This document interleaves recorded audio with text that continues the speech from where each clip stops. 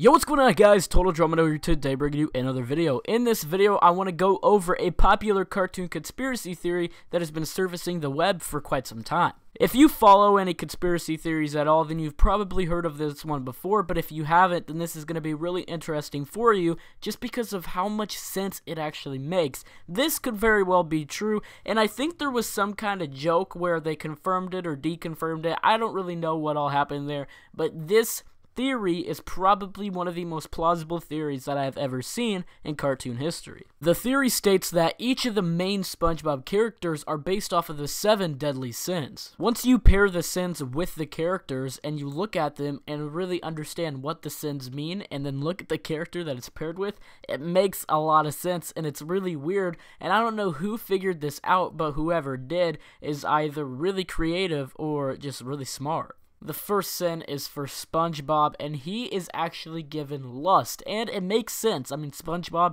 is a character that just loves mostly everybody except for, I don't know. I mean, I think that he, as a whole, is just a very, very lovable person. It reminds me of that one episode where he was like, bye Squidward, and then he said Squidward again. He's like, I like Squidward. You know, just like that kind of weird stuff that SpongeBob says. He's just a really, really, like, lovable person, and it just shows, like, how...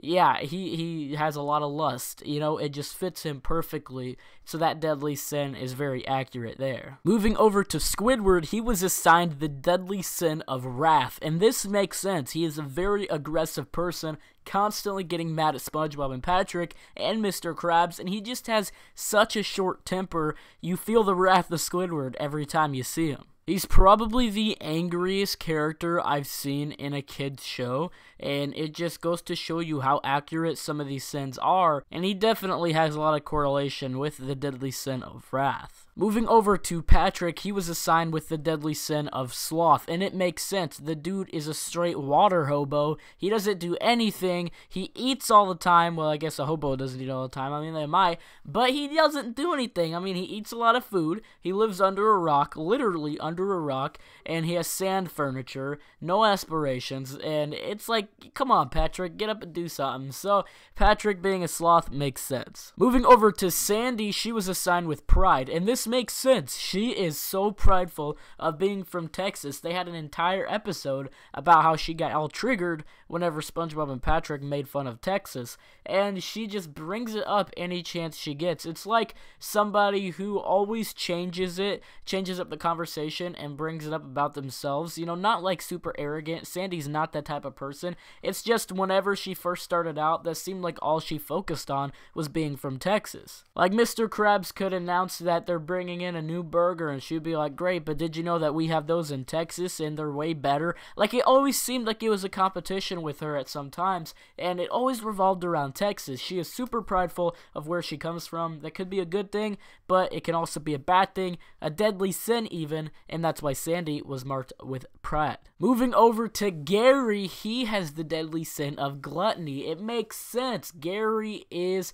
a fatso. The dude eats all the time. Anytime he has snail food, he eats it. The dude, like I said, he just eats all the time. Him and Patrick should get into a competition. He could probably eat more than Patrick. He's just insane. Eats so much food, and that's what gluttony is. Obviously, if you didn't catch on by now or you didn't know, gluttony is where you eat a ton of food and you just gorge yourself any chance that you get. That's what Gary does, and that's why he's assigned gluttony. Moving over to Plankton, he was assigned with envy. This makes sense. He is so envious and jealous of Mr. Krabs. He wants that Krabby Patty formula, and he wants to be the best. He's not the best. He's salty about it. Salty Splatoon even. He is just so triggered and so salty that Mr. Krabs is better than him that he wants to steal the formula. Super envious. That's why he was assigned envy.